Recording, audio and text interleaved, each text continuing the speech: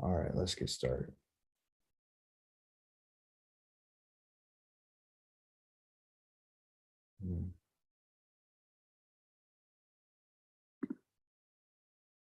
Today is very special. Today is a very special day.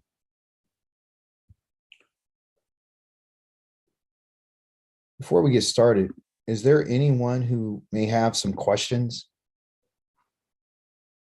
that you have went over the Torah portion this week and you were thinking, you want to get some answers on something before we get started? Because what I am going to ask today is that we have more class participation. I'm going to be asking some questions and I want you guys to be involved. Okay. We're in this together. And what we're trying to figure out is how to get the best wisdom, knowledge, and understanding. Yah does not give everything to one person. Yahweh will give a little bit to one person and give a little bit to someone else. And then when the community comes together, they're able to share ideas on how we can better become servants, okay, of the Most High. And what I'm talking about is, are we in service to Yah? As I stated, no, but it doesn't mean that you and I are not in preparation to be servants of Yahweh. We're trying to figure out which one of us is going to follow him and do what he says.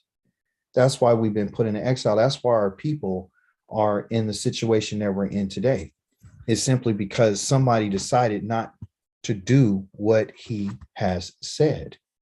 During this week, I found many things in the Torah portion. Our Torah portion is named what? What's the name of our Torah portion this week?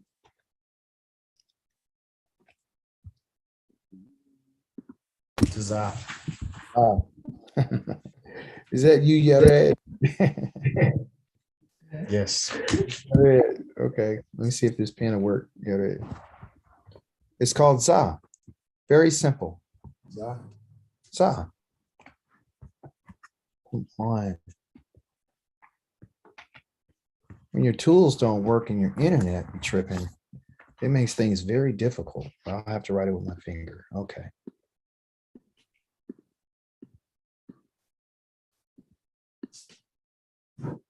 Forgive me, I'm writing with my finger because my pen don't want to work until it starts working. Zah. And so when you think about Zah, you think, well, what does this literally mean? What do you guys think it means? Or what do you understand about it? Command. The command. Where does the command come from?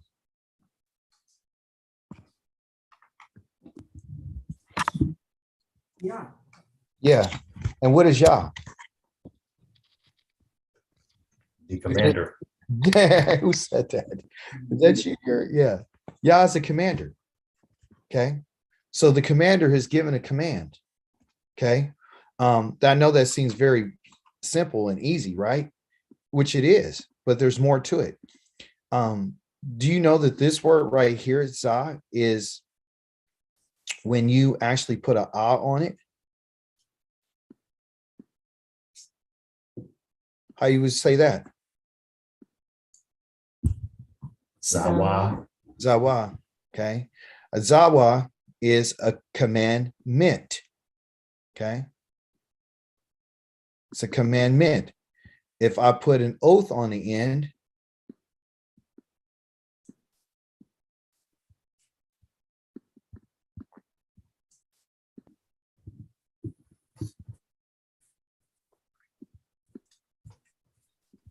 forgive my writing. Zawa, oath. What is that? Commandments. Commandments. Good. Okay. So the commandment, and when I say ah, right, is that masculine or feminine?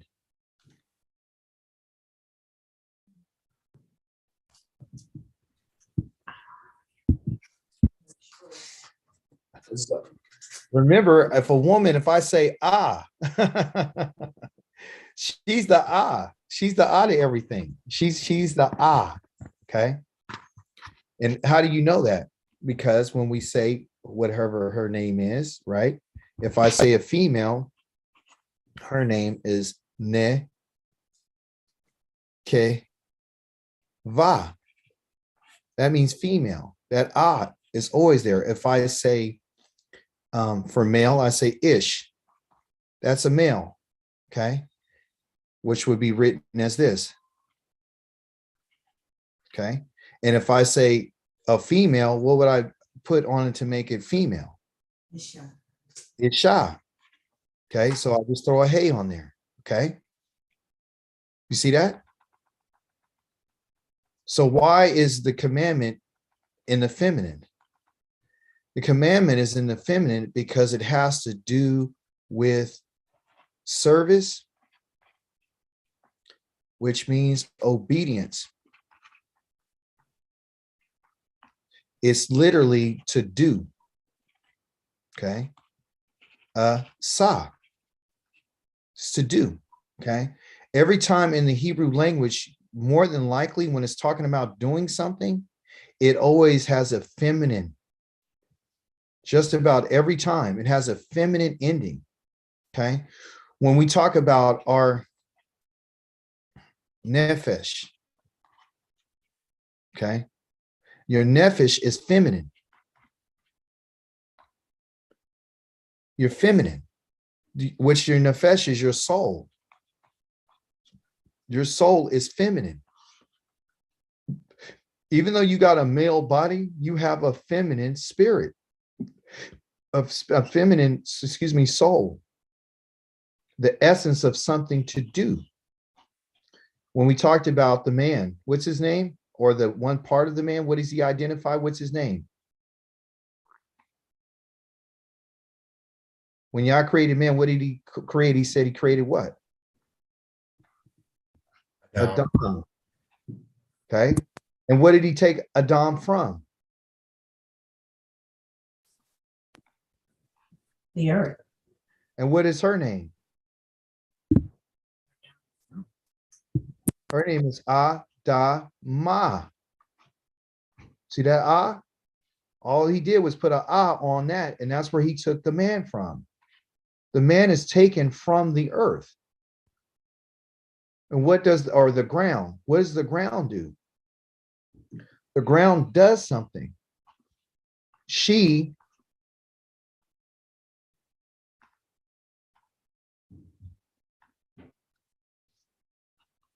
produces. She has strength and she has power. Okay. And she's supposed to help bring and facilitate whatever's in her. She brings the power to it for it to come out and bring life. Okay. Did you guys know? I don't know if you know this or not, but man, his name is Adam, but he consists of both male and female. Okay. You say, well, what does all this have to do with anything? It has to do with our Torah portion.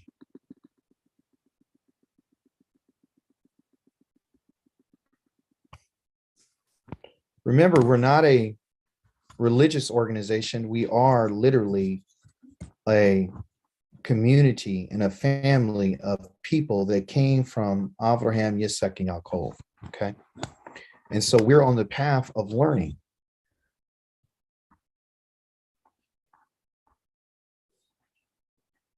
This is called Ish. Okay. And it has to do with here, Ish. Okay. And then I told you the woman is Isha. Okay. Do you know that these in particular two words right here share the same root as fire?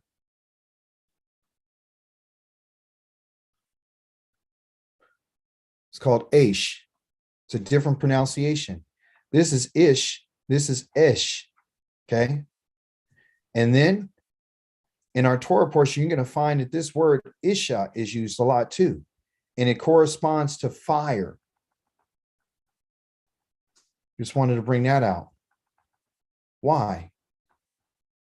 What did Yah tell us about the fire from which you can remember?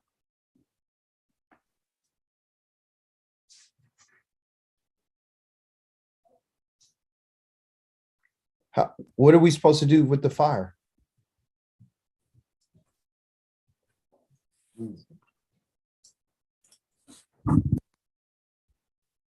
Okay, here we go. Let me show it to you.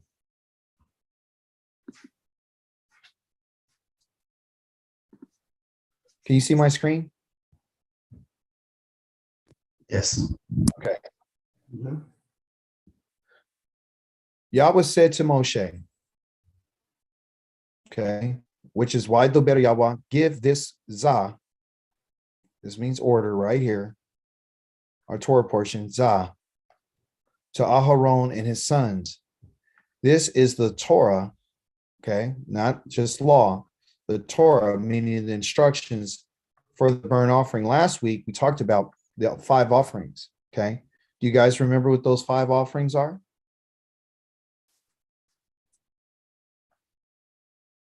Can you remember?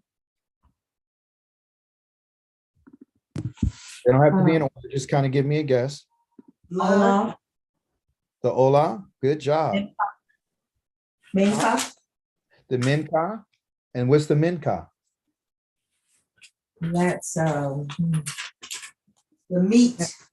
Yeah, what they call meat, but it's grain. Yeah, it's from the grain, it's flour. Okay. So we got the Olah, we got the Minka, we got 3 more. Hashem, The Shalamim, which is the peace offering, the Thanksgiving offering. Okay, we got 2 more. Bakar. Huh? One deals with one deals with missing the mark. The Kata'ah, the sin offering. Okay. The other one is called the Ashem offering, which is the guilt offering. Those are the 5. Okay. Those are the 5 offerings that Yahweh has given to the children of Israel. Okay. But the key to understand this, because this is what Yah wants us to understand, is that those offerings, listen to me, those offerings, 3 of them, 3 of the 5 are voluntary. They're out of the kindness and the contribution that a person wants to make to Yahweh. Which 3 of those offerings are voluntary?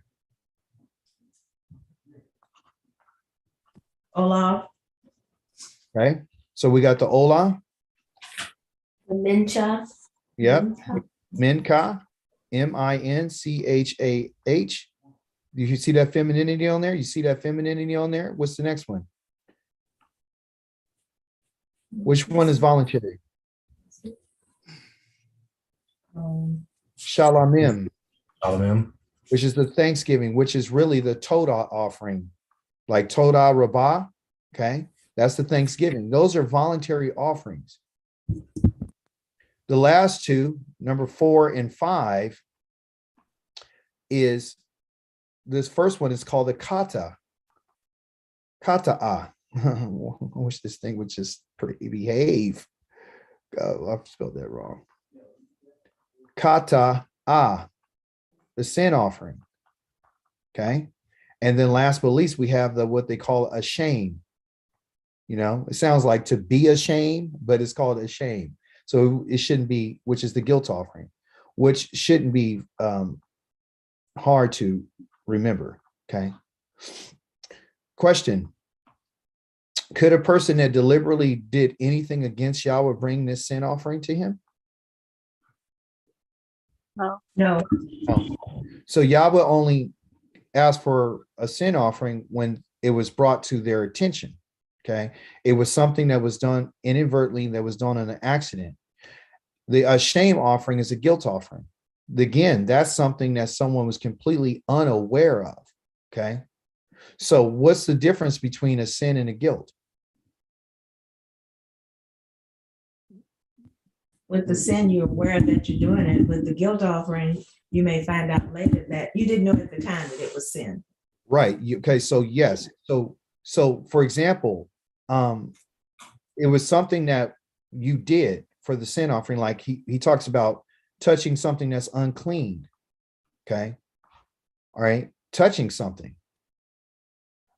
I need us to understand who we're dealing with. Yah deals with those things that are touched with your hands. Okay. Does he allow us to touch pork? No. No. Now, a lot of people say that's very extreme. I can't do that. Are we allowed to, and that's touching. Are you allowed to eat blood or fat? No. No. Are we allowed to touch a dead body? No. Yes, we are. Yes. You are allowed to touch a dead body, but you then got to go through the process of being cleansed. Okay. Mm.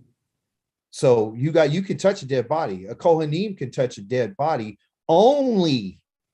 There's instructions.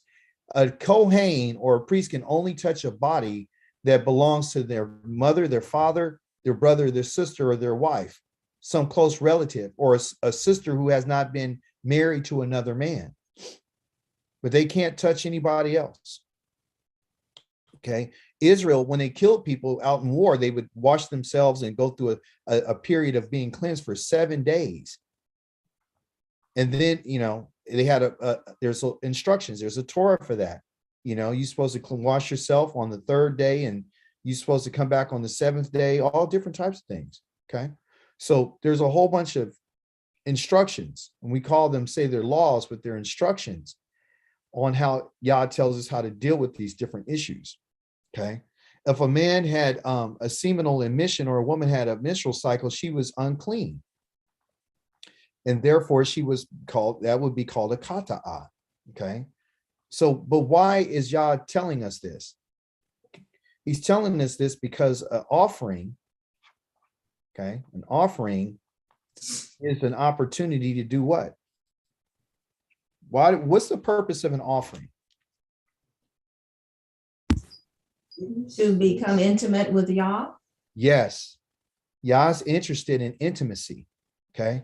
So when Yah says, okay, thank you for that. We're talking about intimacy. Okay. It's to be close. He wants to be intimate with us. Okay. And the intimacy has to be voluntary. Okay.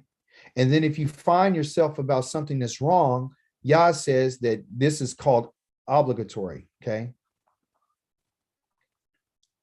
Meaning that this is obligated. You have to do this. Why? Because if you're going to be intimate with me, I need you to be clean.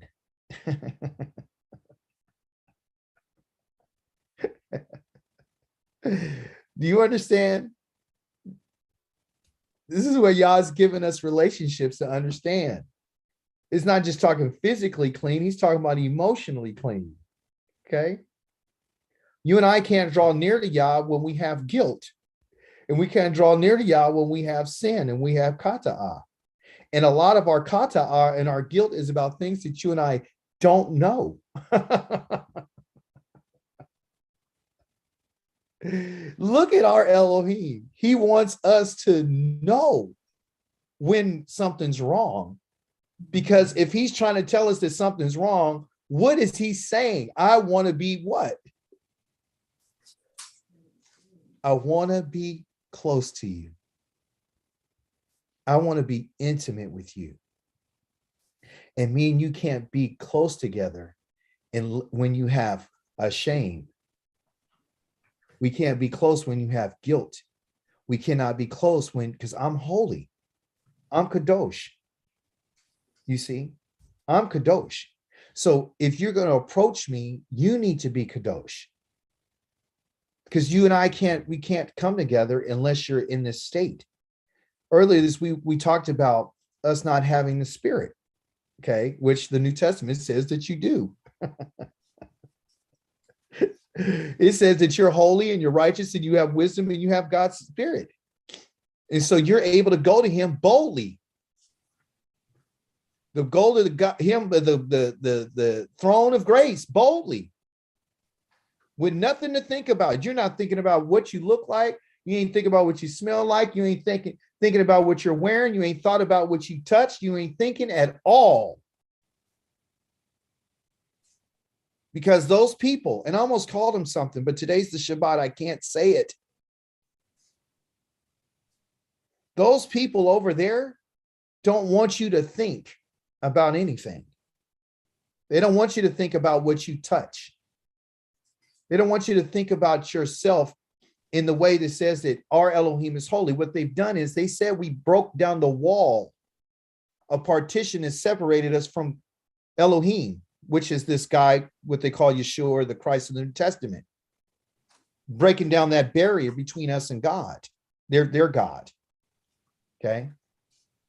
Do you guys really believe that you and I could go in front of him as we are right now and stand in his presence and be guiltless? Come on. Come on. We all have guilt. And we all make mistakes. And Yah has said it's okay to make a mistake. It's okay. But it's when I bring it to your attention, that's when you have to make a decision. You see? So the obligation, okay, because it's obligatory. So what we learn from our Torah portion is the obligation, because that's where we can get from here. Obligatory is obligation. The obligation of what Yahweh wants us to understand is that our obligation to him is to make things right. Our obligation is once he brings it to our attention, then you and I are supposed to turn things around. Because that's the word. Everything that Yah has said, and I want you to write this down.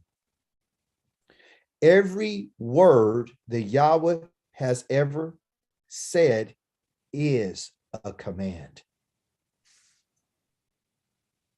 There's not a word that ever came out of his mouth that is not a command. When Yahweh speaks, things happened. He doesn't talk like you and I, like, we just talk to be talking.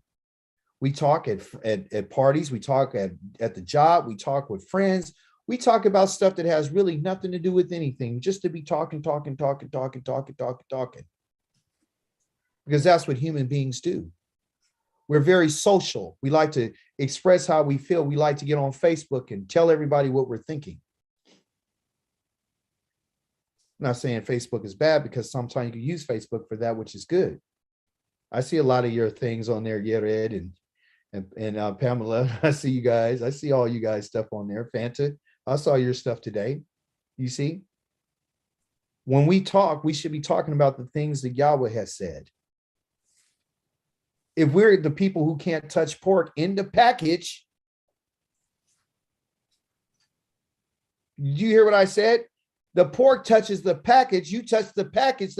Is the package, if is the pork at the grocery store, is that clean because you touched the package? If the meat is unclean and it touches anything, what happens to the package? It's unclean. Then you touch the package. Oh, it's wrapped in and I didn't touch it. Yes, you did, according to Yahweh's perspective. You telling me I can't touch it? Yes, I'm telling you that's a command. You telling me I should bathe to get the the uncleanness off of myself? Yes. You have to. You're telling me that I need to go before Yah in cleanliness? Yes. What did he tell the children of Israel to do before he came and visited them and appeared unto them? What did he tell them to do? Bathe themselves. Yes. Bathe yourselves and wash your clothes. Because on the third day, I'm coming.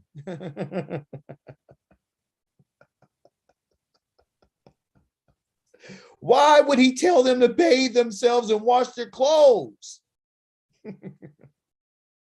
See, what happened in the New Testament, everybody's saying that he's concerned with just the inside.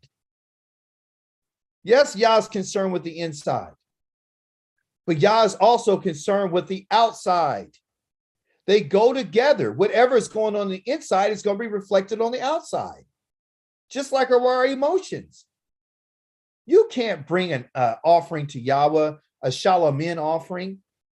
The shalamin offering here included the fat, the liver, and the kidneys. What does that have to do with anything? This has to do with who you are. This is the heaviest organ in your body. The kidneys represent your emotions.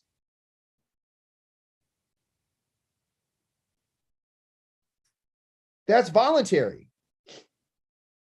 When he asks for Ola, I'm asking for everything. You see? We're obligated. This week, we talked about is going over all the Torah of these commandments. He's given the Torah, the instructions on how to handle each one of these things. I want you to understand that there's a way to do it. When Yah spoke to Moshe, it says, why daber Yahweh? Let's get there right quick. When Yahweh spoke to Moshe, did he speak to him in a dream or in a vision? No, he spoke face to face. He spoke to him face to face. And let me ask you something. When we look at what Yahweh has said, okay, often we get lost, what I say, in the sauce, okay? We get lost because they have taken Yahweh's words and turned them into English letters. So every time we read something, we're just thinking, okay, well, this is just Yahweh said and Yahweh spoke, okay? Yahweh speaking is a big deal. This is not common, you guys. This is not ordinary. This is not something. Let me ask you a question. How many people have Yahweh directly spoke to like he spoke to Moshe? How many people? No one. No one. You guys are so sharp. This is what gets me. I love my class because this is what you guys are getting sharper and sharper and sharper every time we talk. But it makes me sharp too. I'm going to read a little something here for you. You've already seen this before, but just to kind of reiterate what we're bringing about when Yah is talking, okay? Miriam and Aharon have a problem because they believe that Yah speaks to them too. And they got a problem, right? So they're arguing, debating, and bringing accusations against Moshe. Listen what he said. Yahweh brought these Miriam and Aharon and Moshe, all of them went towards the tent of meeting. And he said this, listen to what I say. When there is a prophet among you, I, Yahweh, make myself known to him in a vision, and I speak with him in a dream. Let's stop right there. Okay. When someone comes and tells you anything about what Yahweh says, okay, when he says, when I will make myself known to him in a vision, and I will speak with him in a dream, okay. So all the prophets that you and I are reading about, Yah did not come to them in any way except for these two ways. He would come to them in a vision, or he will speak with them in a dream. This is verified by Isaiah saying, I saw a vision. We have this in Jeremiah, where he said he woke up from his dream after Yahweh was speaking to him. Okay. But because that's how Yah speaks to his prophets. He talks to them in dreams and in visions. But he says, but it isn't the way. This is not the way with my servant Moshe. He is the only one who is faithful in my entire household. Okay. And that entire household does not include anyone else called Yeshua. Okay. And with him, I speak face to face. Some people say, oh, well, didn't he say if I speak face to face with a person, I can't see you face to face, otherwise you're going to die? Didn't he tell Moshe that? Yes, he did. He's making reference to the relationship that they had, meaning when he spoke to Moshe, it's just like me and you speaking to each other right now. Okay. So let me show you something right quick. You guys see you see my you can see my face, right? Yes. When Yahweh spoke to them when he spoke to him face to face, it's kind of like, can you see my face now? No. No. So you and I are speaking, right? So say you're the Most High and I'm Moshe. See? So when Yahweh would speak, Moshe would hear and they would talk just like me and you talking on Zoom right now. Just like when me and you are talking on a phone. Do I see you face to face? No, but we and I are talking. So that's how Yah, when he spoke to Moshe, that's how it was. So Moshe is different than any other prophet. Period. Okay. So when someone comes and says anything, you have to ask yourself, did Yahweh speak to that person face to face? Did he have a relationship with them and it was close to them as he was to Moshe? And listen to what he says. He says that he's the most faithful in my entire household. He says, so Yah has a household, by the way. And Moshe is one of the servants in Yahweh's household. He says, with him, I speak face to face clearly. Clearly. And I don't speak in riddles. I don't talk to Moshe in riddles. What does that mean for us? If Yah says he doesn't talk to Moshe in riddles, not in riddles. Why not riddles? Why not in parables? Why not in mysteries? Why not in secrets? He says he sees the image of Yahweh. What image? What did he see? He saw the glory of Yahweh. So why weren't you afraid to criticize my servant? Okay, a whole nother thing. My point is this. Yah does not talk in riddles to Moshe. He does not talk. When it means face to face, it means I'm going to be very clear. I'm not going to, there's no secret with me. I'm going to tell you exactly what it is. Okay. So when Yah begins to speak to Moshe in chapter number 6, and Moshe was aware of exactly what Yahweh was telling him, what he was asked to do is to command the children of Israel Aaron and his sons to do the Torah of the burnt offering, the Mincha, the Shalamim, okay, the order. When did Yah start giving orders? When's the first order that Yah ever gave?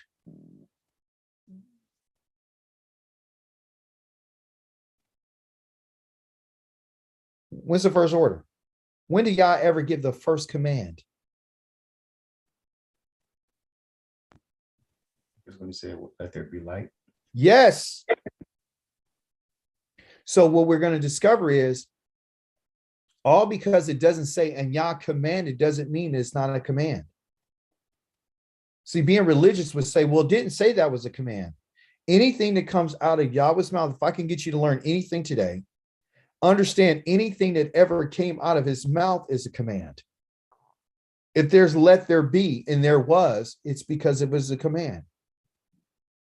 So the first command that Yahweh gave to a world that was in darkness was to bring forth light, which is or. And if you remember what or means to have order. Okay. So when it talks about order, where are we at?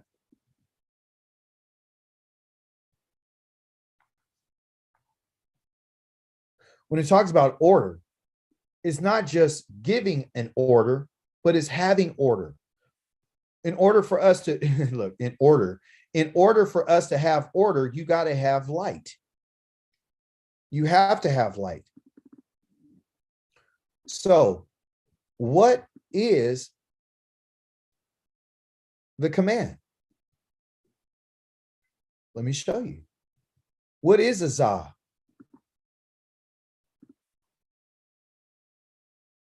You will find the answer to this in Proverbs chapter number 6. Who knows where I'm going? If you know it, say it. Because we're going to keep going to the same places over and over again. 6:23.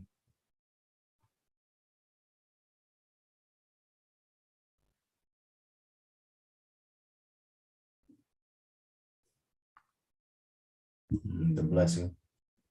Here's the word here. You see this word zah?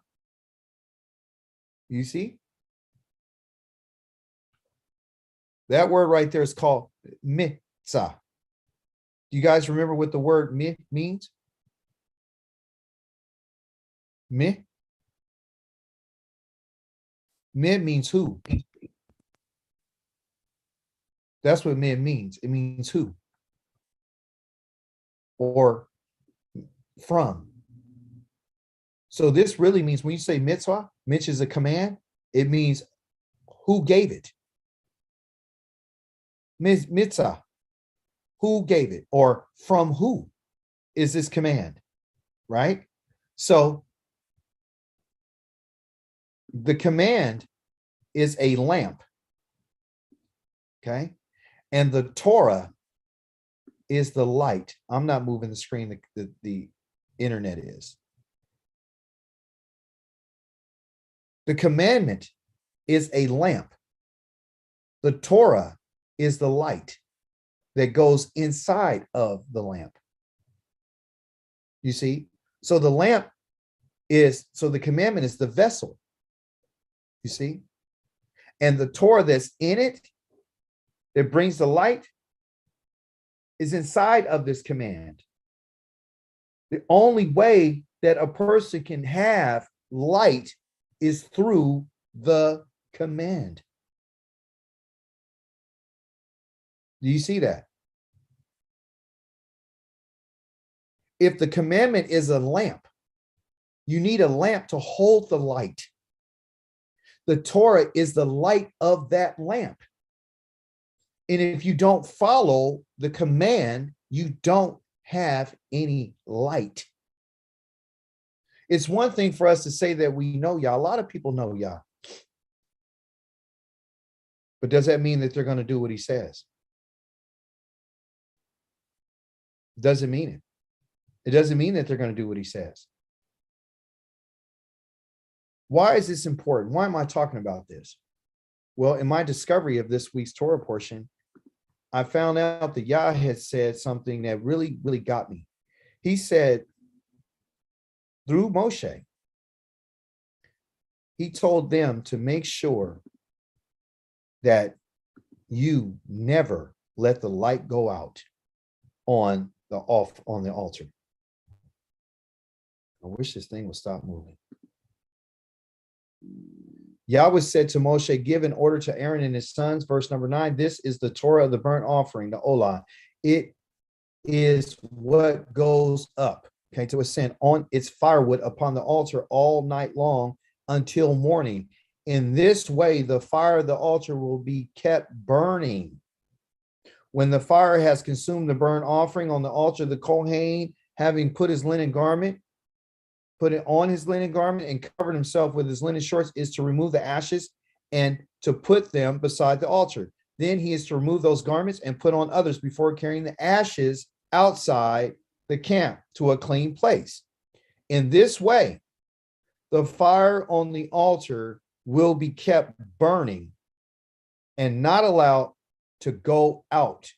Each morning, the Kohen is to kindle wood on it, arrange the burnt offering and make the fat of the peace offering go up in smoke.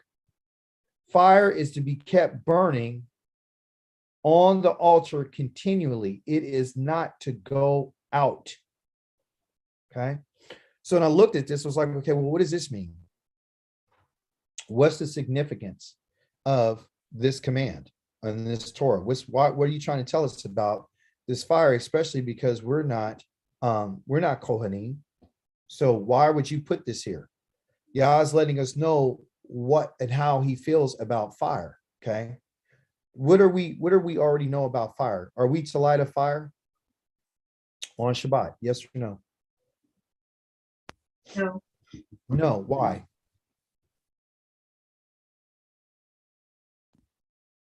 If it's a Yah is the command. fire. Because it's a command and because Yah is fire. Okay. And he's going to use fire. And as I showed you in chapters 90, I think 92, all the way to 97 or 96 in Psalms, Yah plans on using fire on the Shabbat as a judgment. Okay. When it says here not to put the fire out, and he tells them to take the ashes out, and he said morning by morning there to go ahead and put the wood on. In the Hebrew, the word wood, let me bring it up on the altar and never go out. So you can answer. What you say? All right, here you go. All right, so this word right here called 18, okay? Without the eem on it, it's really called eight, okay? And eight, boy, the internet is making it difficult. What is going on? Eight represents, I'll just tell it to you because I can't write it right now for whatever reason. 18, right here. This word right here, eight. Can you please stop moving? It's becoming difficult. Forgive me, you guys. I don't know why it's moving. Wood means, put it right here. I'm a lot smarter than this, so let me figure it out. I could write it here. Okay, good. It won't move on us. All right. All right, so the Hebrew word for wood is called atz, okay? A-T-Z, okay? That's the name of it, okay? Atz. And it's wood. And atz has a meaning also to mean counsel, okay? Counsel. So, and that word for counsel in Hebrew is called eitzah. Please, internet, please. They're right out here.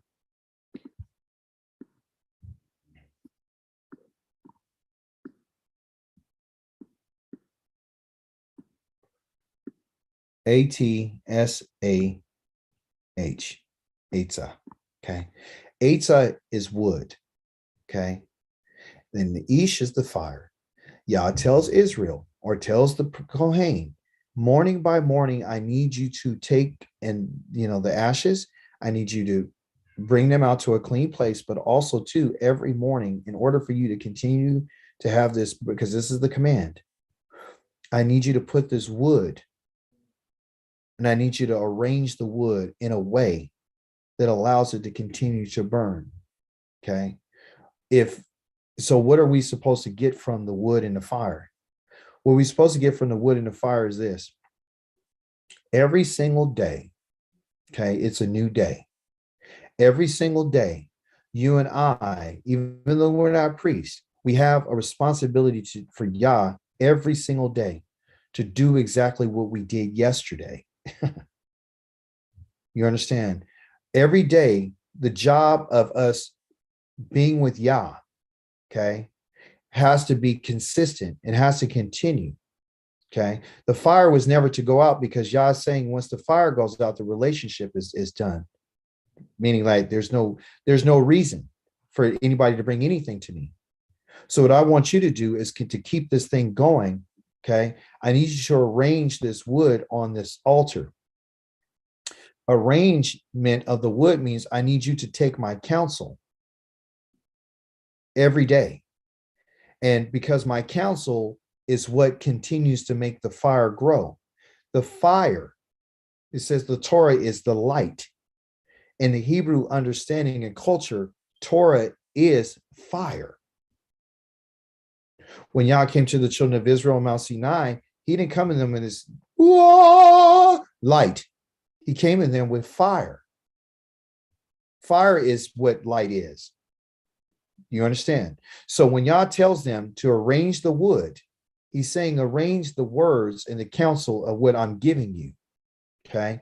And when in order to keep the light of the Torah going, the moment that the light goes out, that's the moment that the Torah is gone, which means now you're in darkness.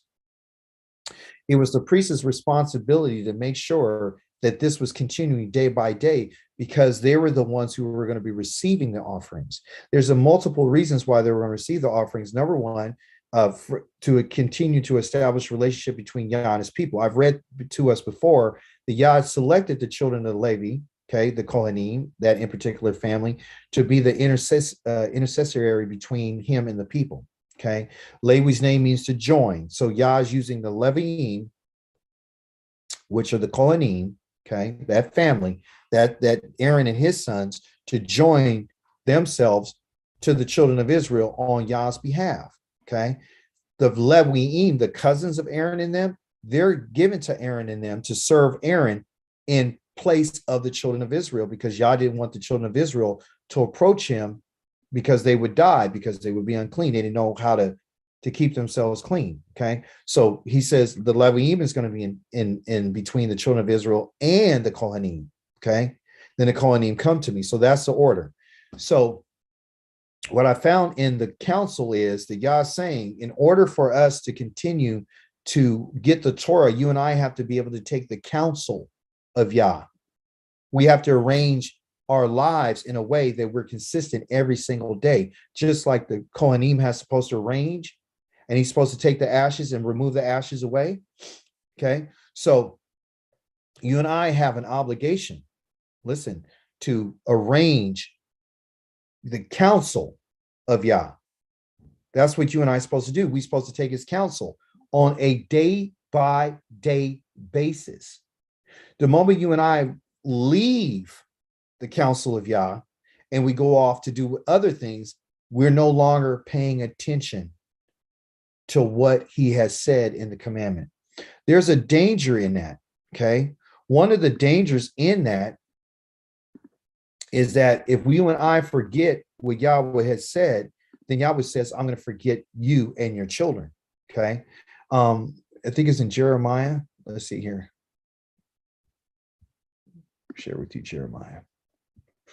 In Jeremiah, and I read Jeremiah last night, and I read all the way up to chapter number 8, I believe.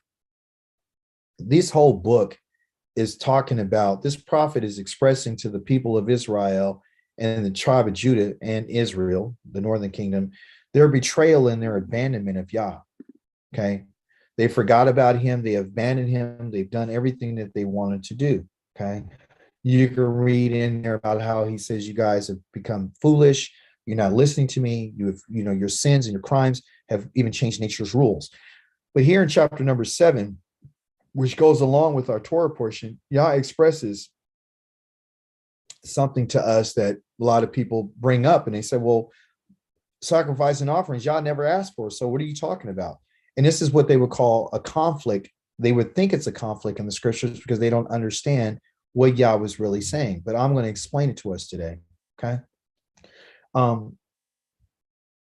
It says this. Wow. That's perfect.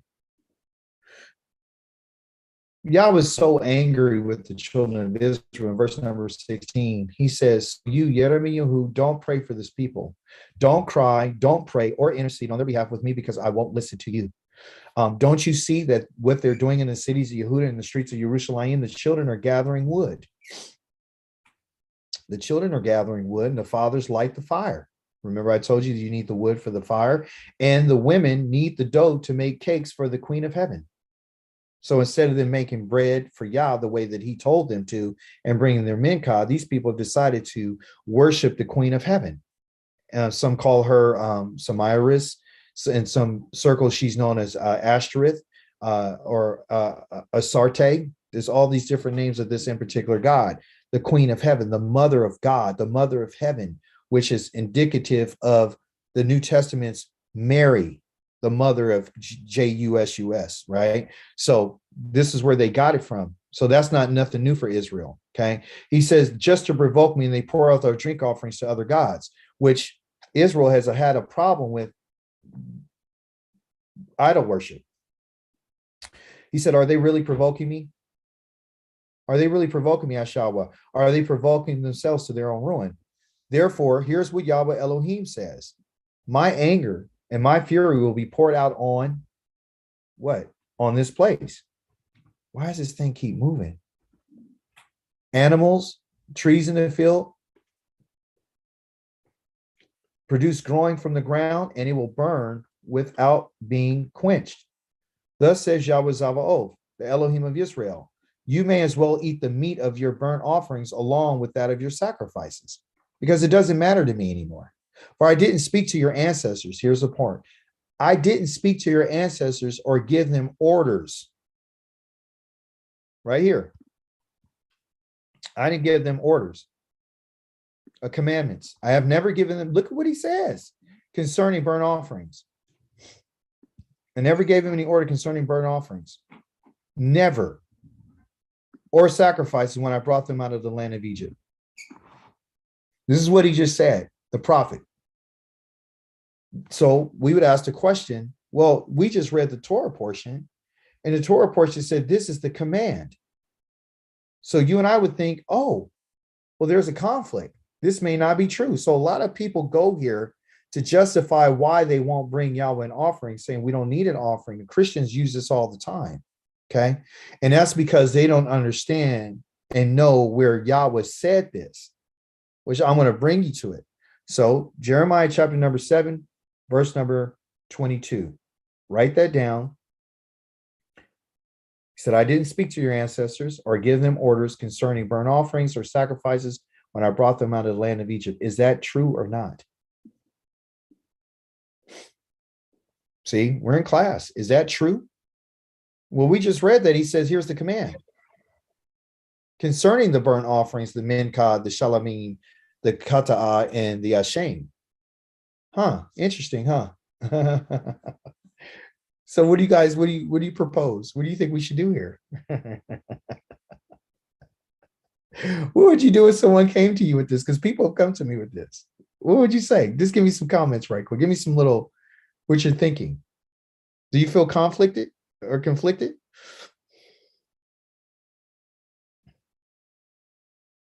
Does anybody see any conflict here? 23. Rather, let's see what he says. 23. What does he say? He says, rather, instead of me saying, tell him that, he said, rather, I did command them this. I did give them a zah. I did order them this. I did them was this. This is the order that I told them. Pay attention to what I say. Then I will be your Elohim and you will be my people. In everything, live according to the way that I ordered you. I commanded you so that things will go well with you. Okay. Or for you. But they neither listened, verse 24, nor did they pay attention, but live according to their own plans in the stubbornness of their evil hearts, thus going backwards and not forward. You have done this. Listen, you have done this from the day your ancestors came out of Egypt until today, even though I wish this thing would stop moving. I sent all my servants, the prophets, sending them time after time. They would not listen or pay attention to me, but stiffened their necks. They did worse than their ancestors. Okay? So tell them all this, but they won't listen to you. Likewise, call Kavra to them, but they won't what? They won't answer you. Okay? So here, because this nation hasn't listened to the voice of Yahweh their Elohim, and they won't take correction. Therefore, they're going to perish. So we have a conflict here. Okay? And I want everybody to open up your minds and to ask any questions that you have, if you have any misunderstanding. Okay? At first glance, you and I would think that this is a problem. Like this is like a true problem for Israel, for us as a people. Did Yah ask us for burnt offerings? Is this a true statement? Did Yahweh ask us for burnt offerings? No, he didn't. No, he didn't. He did not ask us for burnt offerings. Okay. So why how do you and I know that he didn't ask? Do you remember what I showed you when we first started? I went to all 5 offerings and I told you the first what? The first 3 were what? Voluntary. They're voluntary. You see? So when you're talking to someone, they say, well, what about offerings? You say, what about them? Now you understand that all those offerings were voluntary. Okay. That's what they're voluntary. Do you remember when he first started talking to Moshe? What did he tell Moshe? Listen to what he told him. And the answer to this is in several places, but let's just start back at Leviticus chapter number 1, because that's when they begin to talk about offerings, right? Yahweh called to Moshe and spoke to him from the tent of meeting. He said, speak to the sons of Israel and say to them, when any of you bring an offering to Yahweh, you may bring your animal offering, either of the herd or the flock. Okay? That's voluntary.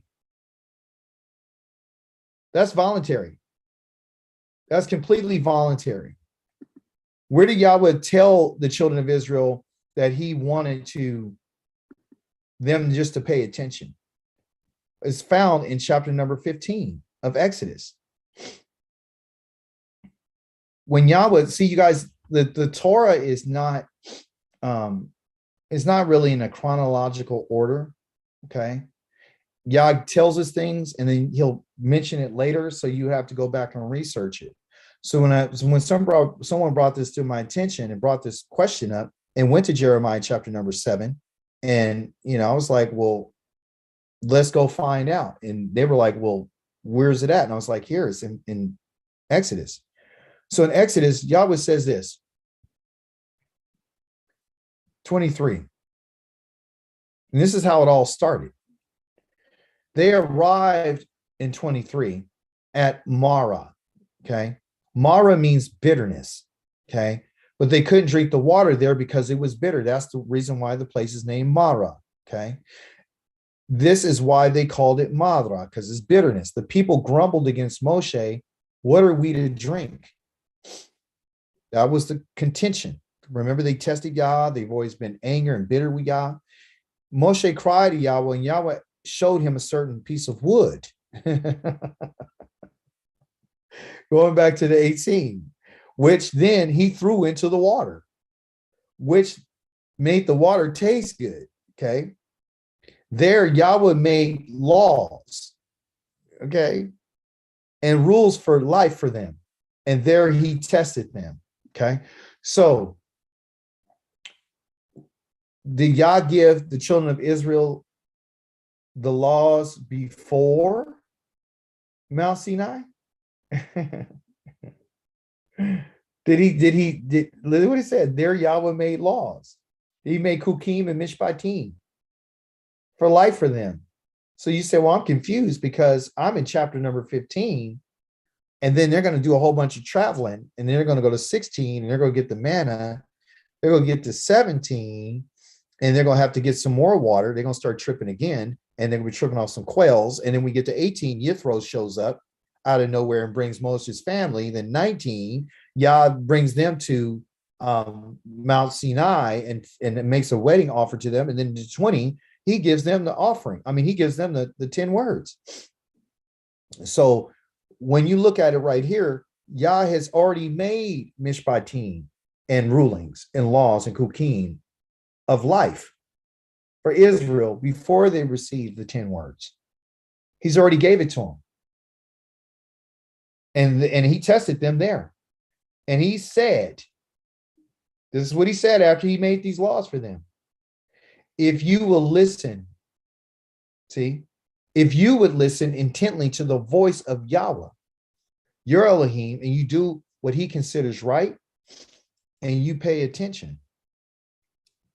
If you pay attention to the mitzvot, okay, pay attention to, you see the Zah right here? That's the command, and there's the oath. There you go. Mitzvot, okay? And observe and guard his kukai. I will not inflict on you with any diseases I brought on the Egyptians, because I am Yahweh, your healer. Okay? So this is where Yah had told them. So when the prophet Jeremiah is telling them that what Yahweh had said, what Yah was bringing to their attention is, I've never asked you to bring me an offering to establish the relationship. My relationship with you is contingent upon what you doing what I said. That's what it is. Because those offerings are voluntary. It's how you feel, it's how you want to be close to me. I've given you a way to come close to me. That's all. Because you and I were going to live with each other. Okay. Prior to us going into the land of Israel, we stayed in the wilderness for 40 years. I don't know if you know this or not, but when Yah told Israel that I want to have, if you're going to build an altar to me, and I'll show it to you. I think it's important for you to know, because we're putting the pieces of the puzzle together. And often when we're studying, we just want to get saved and we don't want Yah to be angry with us, but we don't understand our history and we don't understand why Yah has done what he's done. Here you go, chapter number 20, verse number 19. And I think you guys can appreciate this, because what Yah is really saying to us is that what means more to me than anything is for you to listen to me. And for what means more than me than anything is for you to pay attention to what I said, to give heed to what I'm saying. But Israel doesn't want to listen to Yah. Okay. The same in Exodus chapter number 20, when he did give the 10 words in the commandments. Okay. That's where you'll find them at. I'm Yahweh. These are the words that Yahweh spoke and so forth. And you go on here to verse number 19. They said to Moshe, you speak with us and we will listen. Okay. But don't let Elohim speak with us anymore or we'll die. Moshe answered the people, don't be afraid, because Elohim has come only to test you. Okay. And to make you fear him. Not so that you can love him, so you can fear him, so that you won't commit sins. Okay. So the people stood at a distance, but Moshe approached the thick darkness where Yahweh was. Now, 22 is going to tell us something. It says, Yahweh said to Moshe, here's what you are to say to the people of Israel. You yourselves have seen that I spoke with you from heaven. You are not to make with me gods of silver, nor make gods of gold for yourselves, right? They've already done. So he already told them, don't do that. And after he gave this instruction, 40 days later, they did it. Okay. 24. This is what he says. For me, you need make only an altar of earth. And on it, you will sacrifice your burnt offerings, peace offerings, sheep, goats, and cattle. See? And in every place where I cause my name to be mentioned, I will come to you and bless you. If you do make me an altar of stone, you're not to build it of cut stones. Okay. If you use a tool on it, you profane it. Likewise, you are not to use steps to go up on my altar so that you won't be indecently covered. Why an altar of stones? Because when Yah showed up on the mountain wasn't cut with any type of stone. That was like an altar where Yah showed up, the fire. So that mountain of Mount Sinai was like an altar to Yah. That's where he shows up. He shows up on stone. He shows up on with fire. Okay. So the key that we're looking at here is that he says, if you do make me an altar, okay, only altar I want is one of earth. And if you make it, right, you sacrifice burnt offerings, peace offerings, sheep, goats, and cattle. In the burnt offerings and peace offerings, is there any mention of an Hashem offering or a Katayim offering? Is there any mention of a sin offering? No. No. No. There's no mention of a sin offering. There's no mention of a mincha offering. There's no mention of any offering but a burnt offering and a peace offering. And he tells them the sheep, the goats, and the cattle. So what happened between this time of Yah giving this command and telling them that this is the only altar that you need to make for me? Because when they were in the wilderness, they didn't make an altar of earth, did they? When he asked Betziel, okay? So what we're seeing here is there is a definite, not a conflict. I want to make clear that this is not a Yah's not conflicting. What we're seeing is because you and I don't understand the relationship, we don't understand what really happened because we let everybody else tell our story. Okay. Yah was telling Israel, Yah never had an intention, okay, of having to be in the wilderness for 40 years. His intention was to take them to the land that he promised them. That was the intention. He didn't want to stay he didn't have no intention of bringing them out. Did he know that he was going to do that? Yes. But was that his intent? No, it wasn't his intention. The reason why we ended up staying in the wilderness is why? Why? Why did they stay in the wilderness for 40 years? Because they were grumbling and being stiff-necked and hard-headed. Yes. And who, but who stayed in the wilderness for 40 years? The people he brought out of Egypt. Yes, the people he brought out of Egypt, but the first generation died. The first See, time.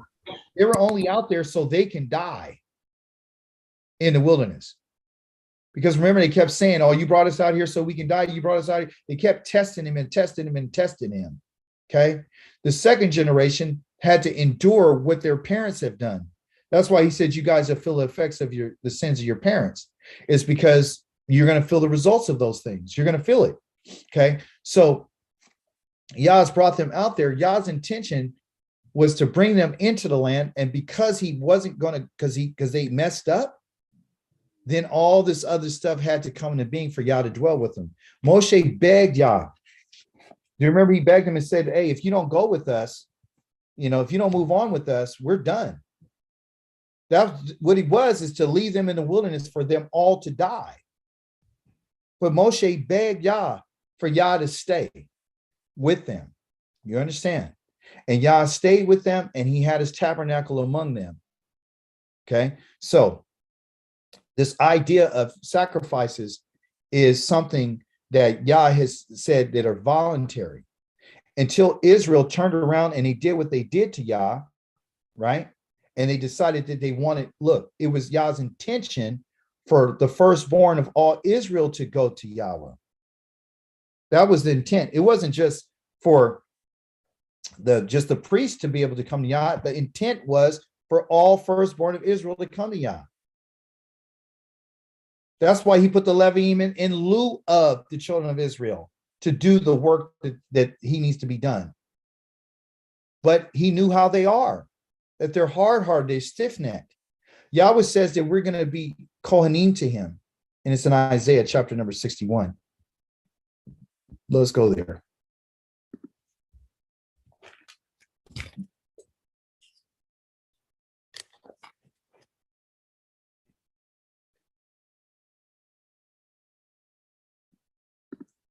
Isaiah chapter number 61 says this.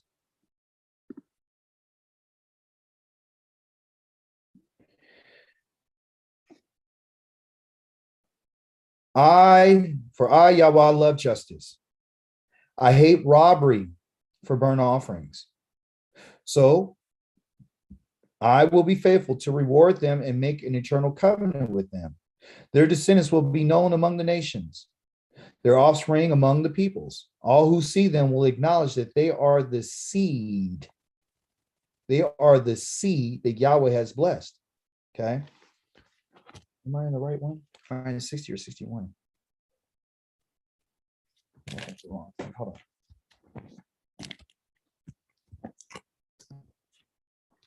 He tells us that we're going to be his Kohanim when we get back.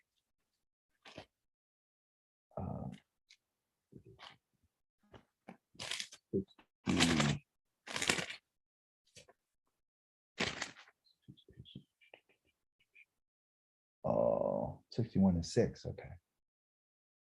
Okay, I'm above it. All right. I'm winning a little bit thing. Okay. Let's get context. The spirit of Yahweh Elohim is upon me because Yahweh has anointed me to announce good news to the poor. He has sent me to heal the broken heart and proclaim kara, freedom to the captives, and to let into light those bound in the dark, to proclaim the year of the favor of Yahweh and the day of vengeance of our Elohim, to comfort all who mourn. Yes, provide for those in Zion who mourn, giving them garlands instead of ashes, the oil of gladness instead of mourning, a cloak of praise instead of a heavy spirit, so that they will be called the oaks of righteousness, planted by Yahweh, in which he takes pride. They will rebuild the ancient ruins, restore sites long destroyed. They will renew the ruined cities destroyed many generations ago. Strangers will stand and feed your flocks. Foreigners plow your land and tend your vines. But you will be called the Kohanim of Yahweh. Kara, called to draw near to Yahweh, spoken of as ministers to our Elohim. You will feed on the wealth of the nations and revel in their riches, because that's the goal. Okay, so Yah set up the priesthood, and he set up the Kohanim, and he set up the Leviim. He set all this up to give us an idea about what the end result will be for Israel. Okay, meaning that just like the Kohanim are standing in between the gap between Yahweh and us, okay, and they're teaching us, and they're making sure we understand the laws. They're making sure we understand the Moedims. They're doing the sacrifices they're holy. They're set apart for Yah. He's saying that once we come back to our land, you and I are going to be called, okay, Kohanim, because we're going to operate as ministers to Yahweh. And everything that the nations are going to bring, just like Israel will bring their wealth to the Kohanim or the Leviim to give to the priests for Yahweh's behalf, or present a gift to them, the Kohanim were the recipients of those gifts, as we read in our Torah portion. So if there was an Olah offering, they would take the hide off, and that whoever offered it, they're the ones who got the hide. Okay. If there was a mincha, whoever did the offering will pull a handful out and offer it to Yahweh. The remaining part goes to whoever offered it, depending on whether it had olive oil or frankincense on it. And then it'd be shared among all those who were part of Aaron's family. As we read, every male should be able to eat from it.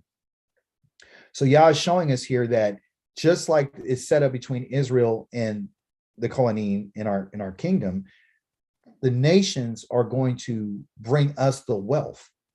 They're going to, whatever they bring to Yahweh, we're going to be the recipients of that wealth. So you will feed on the wealth of the nations and revel in their riches. Because of your shame, which was doubled, and because they cried, they deserve disgrace. Our people have done nothing but receive double for everything that we've done, meaning we've been cursed, we've been laughed at, we've been a mocking place, we've been put out of our land. Everything has been destroyed for us. So Yah's telling us that when this happens, when they go back to their land, I'm going to double the joy for the disgrace that they had. Because Yahweh says, for I, Yahweh, love justice and I hate robbery. So I will be faithful to reward them and make an internal covenant with them. Their descendants will be known among the nations. Okay, their offspring among the peoples. All who see them will acknowledge that they are the seed that Yahweh has blessed. So there's going to be an acknowledgement of the children of Israel, the ones who've been faithful to Yah among the nations. He said, I'm so joyful in Yahweh. My soul rejoices in my Elohim, for he has clothed me in salvation, and he's dressed me with a robe of triumph, like a bridegroom wearing a festal turban, and a bride adorned with her jewels. For just as the earth brings forth its plants, and a garden makes its plants spring up, Yahweh Elohim will cause victory and glory to spring up before all the nations. This is Yahweh's intention. Yahweh's intention is for all the nations to acknowledge who Israel is, just like bringing all their gifts, all their gold, all their silver, all their jewels, all the good things that they plant in the earth. They're going to bring the best of everything to Yahweh. And guess who's going to be the recipient of it? You and I. You and I are going to be the recipients. Okay. But it's all based upon a command. Everything that Yahweh has spoken is a command. There is no way around it. Okay. No way around it whatsoever. Any questions so far? I have a question. Uh-huh. If it's Yah's intent to make us Kohanim when we get back to the land, does that include females? Yeah, absolutely. When he's talking about, and I need to be a little more clear, when Yah talks about us, because remember, he's still going to set up the priests in Ezekiel chapter number 44. He talks about those who are going to serve me. Okay. The idea of us being Kohanim, right, is the fact that when he says, I'm going to call out the whole nation, the whole nation is supposed to be a kingdom of Kohanim. We're supposed to be a nation of people who live and act. The reason why Yah is using the Kohanim, the Leviim family, is just to teach us on how to be set apart. That's their job. Their job is to do that. And as a result of them doing that job, you and I will then be able to know and to think and to act and to live like those who are Kadosh. So when he tells us, well, you guys can't touch anything because you're holy. You and I are holy. Yah says that for you to be Kadosh, right? And you and I are anointed by Yah. Look what it says. Anytime you want to go and find out what he says, 19. Women are just as vital to holiness, to be set apart, than anybody else.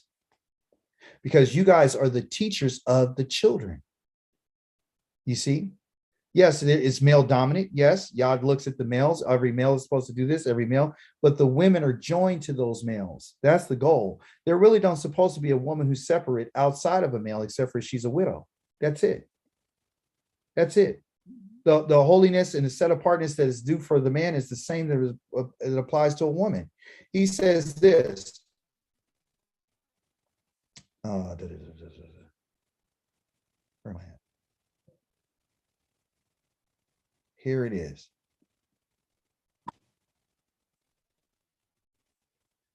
Now, verse number 5 is clear.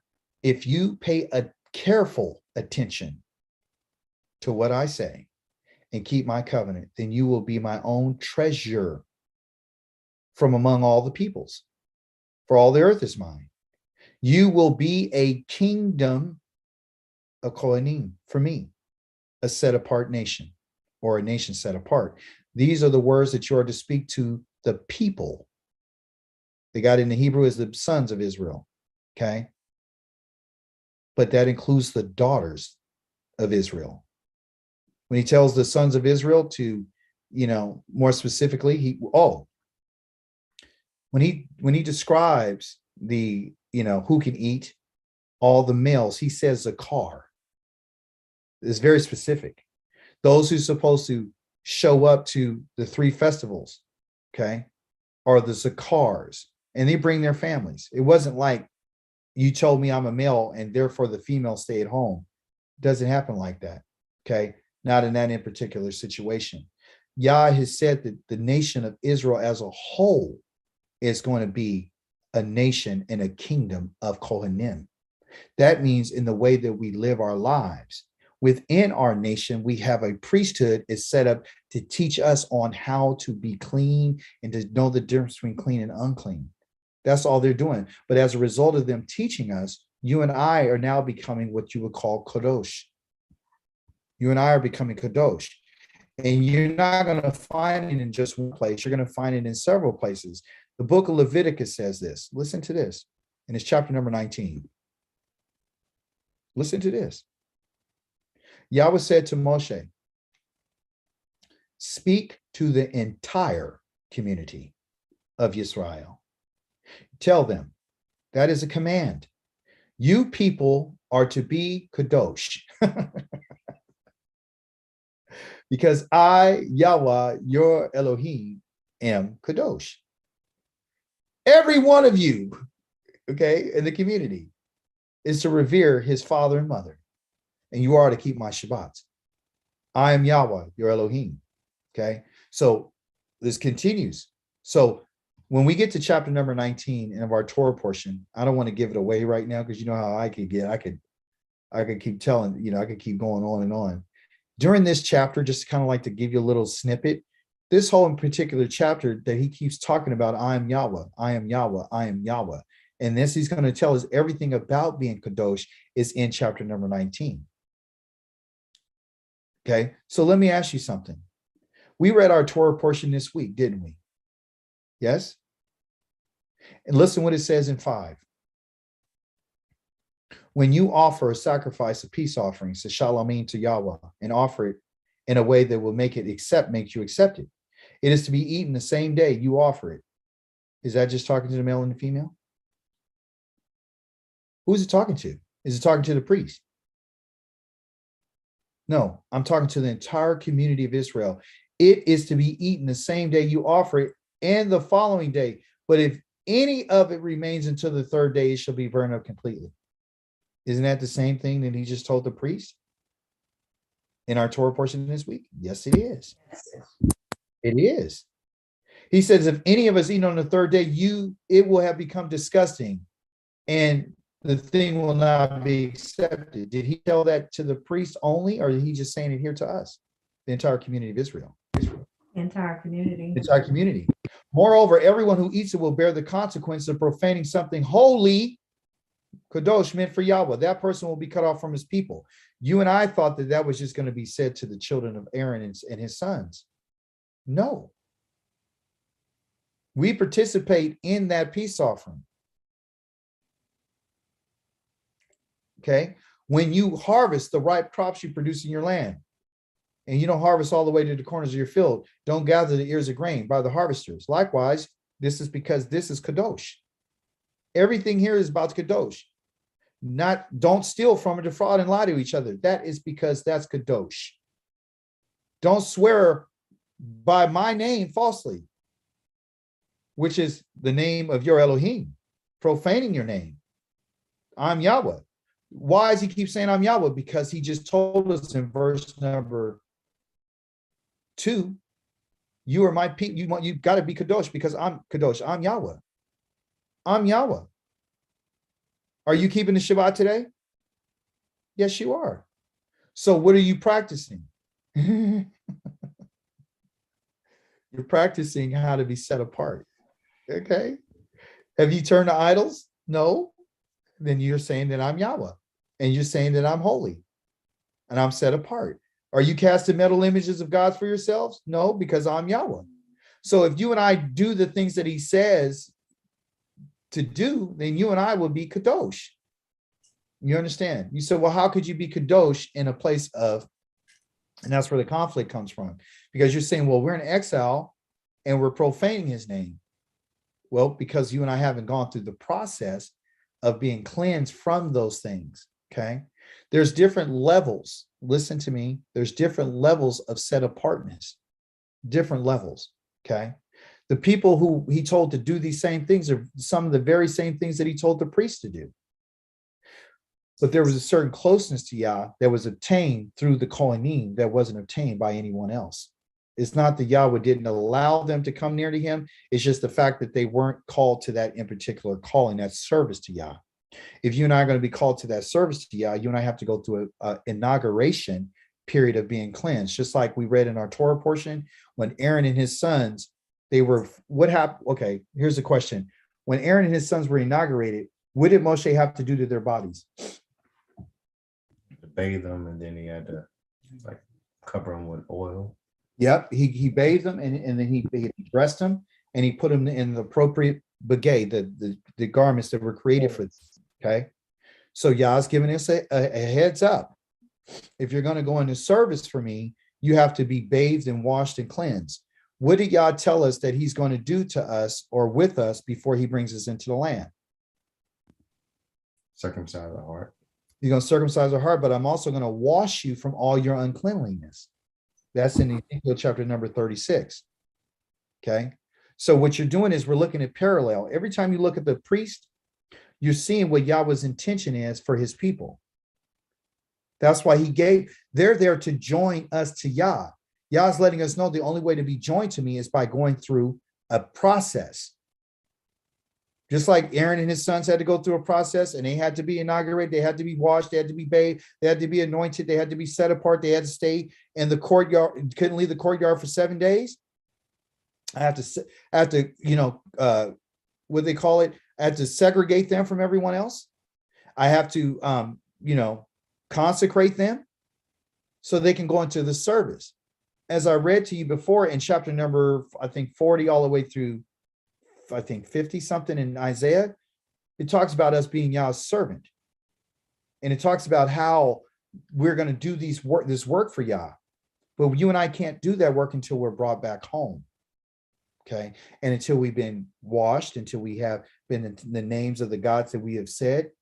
A lot of times we think that we can just say we're sorry and that's it. But that's the Christian way. The Christian way is you say you're sorry and all is forgotten and let's move on. And you can come to me anytime you want to. The wall that separated us, the curtain that they said that separated Israel or the priest from everybody, or Yah's Ark of the Covenant, they had a curtain right there. They're saying that curtain is torn down. And that was a picture of someone's flesh that was torn so we can have entrance into God. And the fact of the matter is that's not true. You and I have been separated from Yah because of our uncleanness. We've been separated, Yah, because of our crimes. We have done things against Yah that literally we should have been destroyed. We have not paid attention to what Yahweh has said. We have not done what he said. See? So the offerings of Yahweh, what David had said, is that, what are the offerings? What did David say that his offerings were? What did he say? What are the 5 offerings? Yeah, David said this. And remember, he was the king of Israel. He made a lot of mistakes and he, he did stuff that wasn't good, right? So when we look at Psalms 51, and this is after his affair with Bathsheba, he was broken, right? And he said this.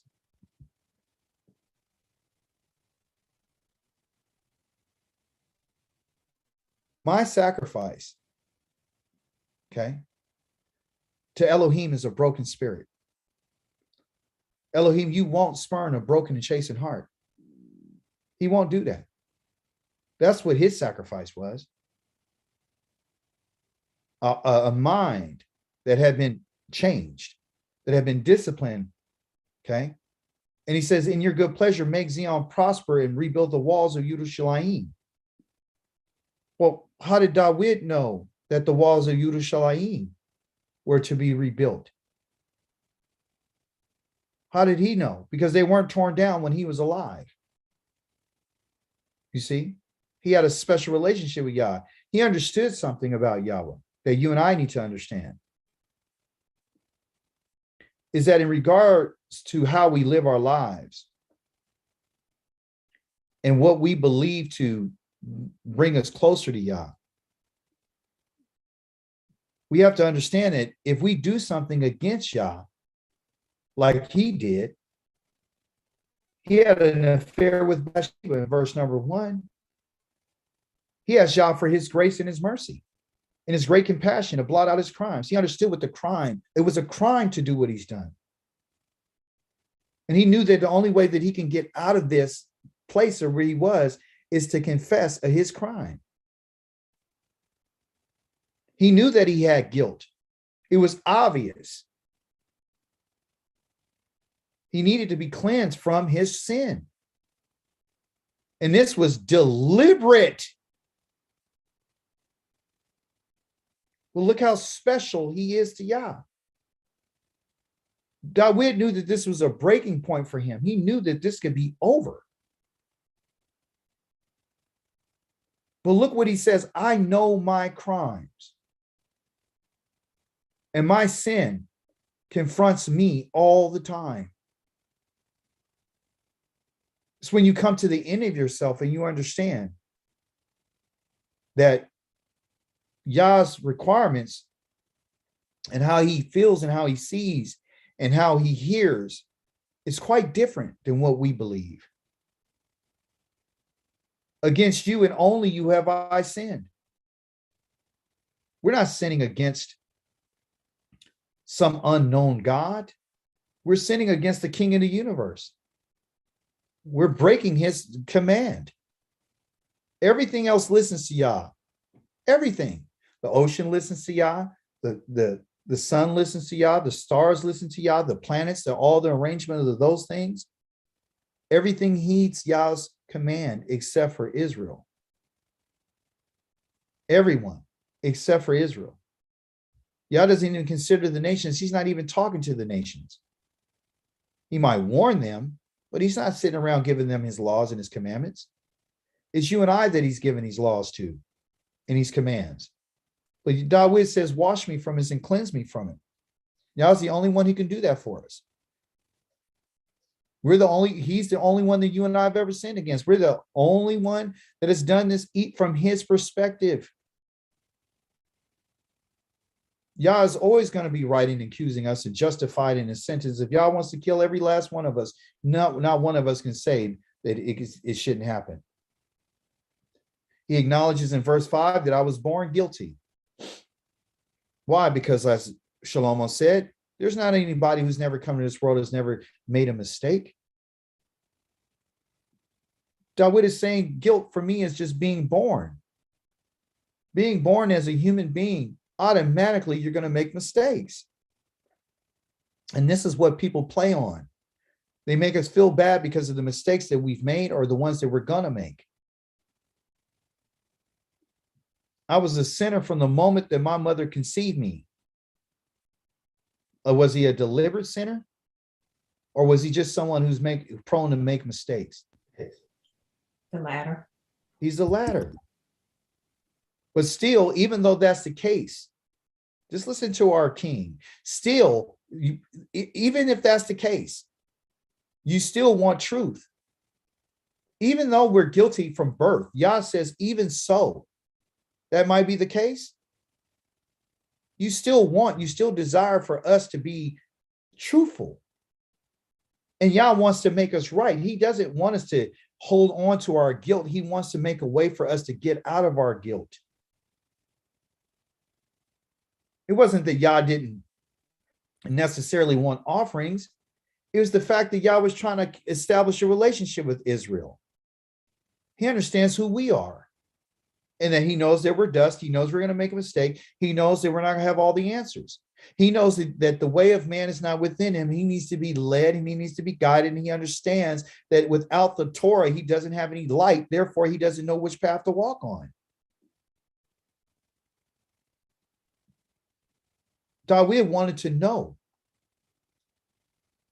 and understand and make him, he says, so make me know wisdom. If that's the case, and you know that that's what you desire, I need you to teach me. I need you to make me know. His prayer wasn't just, I'm sorry. He's saying, what's the answer? What's the solution? The solution is to have Yah help us to understand and to help us know. This wasn't a ritual of sprinkle me with hyssop and I will be clean. You really think he was asking him to be dipped in some hyssop? He understood what the waters of purification were. That's what he's talking about here. He understood the waters of purification in Leviticus chapter number 19. He understood that when those ashes were burned and they were put in that water, and they would put the hyssop and the crimson and all that, and they were wrapping it in the scarlet, that Yah had a certain method in which he did that. He understood that. I will be clean if I would do it the way that you would have me do it. You and I are not clean because you and I proclaim to be clean. You and I are not clean because you got some moron out here telling you that you're clean. You got people out here that's saying that they're the priest and taking titles of rabbis and pastors. And these people have no registry whatsoever. And yet they tell you that you and I are clean. From their perspective, not what Yah sees. If you and I are going off of what Yahweh says versus what we would say, we would have a whole nother approach to Yah. We would humble ourselves before him if you and I really understood our situation and our circumstances. If Yah would clean us, we would be clean. If Yah would forgive us, we would be forgiven. He says, I'll forgive you. Like the clouds, I'll wipe away your sin like it's nothing. But am I going to wipe away the sin of a person who continues to want to sin? Or am I going to wipe away the sin of someone who says that they're sorry, who has admitted that they went wrong? David wanted to hear the sound of joy and gladness again because Yahweh had crushed him. Because of what? Because Yah put that guilt on him about what he did. His desire for Yahweh was to create him a clean heart. A tahor heart, a tahor mind. That word heart there is a lave, which is a heart, okay, which is the mind in Hebrew. The authority within, the shepherd's staff, the lamed, and then the bet, the authority within. What's in your head? That's what needs to be made clean. It's the thought life. It wasn't that we just looked at this woman with his eyeballs and he just had this super desire only of lust and because he wanted to be with her physically. Everything and every problem you and I have ever had has begun with our minds. That's what the problem is. The problem is how we think. When he says pay careful attention to what I said, it's because you and I are not paying attention to what he said. We're not paying attention to the covenant. We're not paying attention to the laws. We're not paying attention to the moedim. We're not paying attention to the food labels that are on the store. We just walk in and just buy whatever everybody tells us. We're not paying attention. When David said that he wanted Yah to renew a resolute spirit, he was not asking just for a spirit that was resolute. He was asking Yah to steady his spirit. Because obviously he wavered and he toddled around that which Yah had said. David knew the commandments. He knew what it was, but he got unsteady in his spirit. When we walk around and we're not certain and we're not confident and we haven't accepted what Yah has said, you and I are going to be unsteady. When we're letting our mind taking us from other places, we can't listen to Yahweh's voice. Yah's asking us to pay attention to what he is saying because he's our shepherd. He's a roi. He's our shepherd. And you and I, the lo exalted ben of deshe. You and I, we will never be diminished if we listen to his voice. He asked Yah not to thrust him away because he understood that if you and I go to a certain point with Yah, Yah will throw you away. He will. A lot of people, oh, he loves you, he'll never let you go. That is a lie. We found out if you eat blood and you drink blood or you eat the fat, Yah says, I'm cutting you off from your people. Yah says, if you eat an offering on the third day that I told you to burn all of it and you didn't, I'm cutting you off from your people. Yah tells you if you committed adultery, I'm cutting you off from your people. Yah tells you that you break the Shabbat, I'm going to cut you off from your people. He says, if you profane my name, I'm going to cut you off.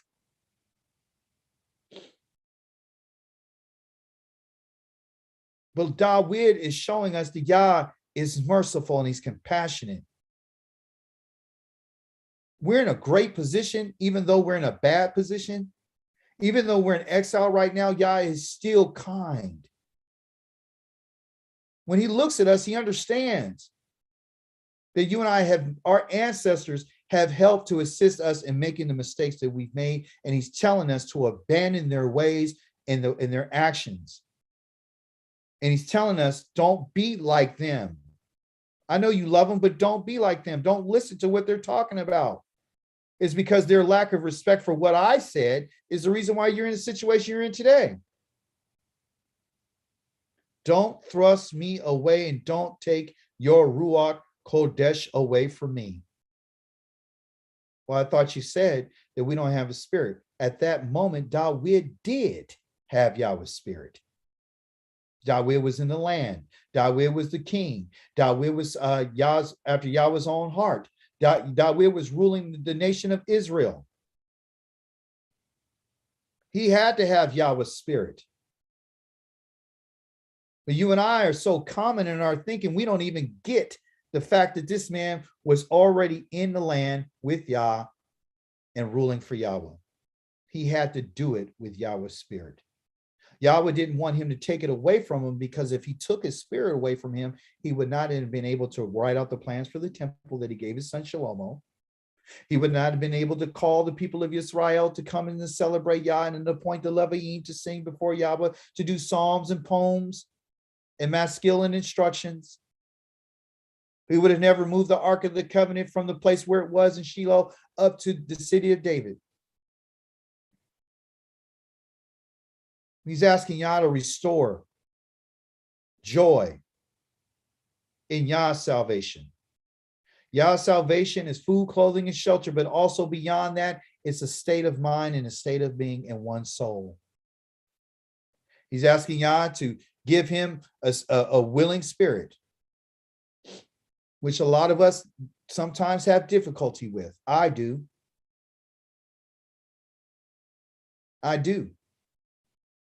Because I'm in a land I'm overwhelmed, and I'm hearing a whole bunch of stuff, and a lot of things are coming at me. I'm not fighting sin, folks.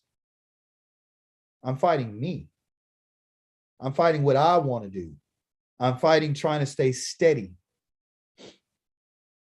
But after all this, Yahweh, he says, then I will teach. If Yahweh is to do this for him, he says, then I will teach the wicked your ways and sinners to return to you.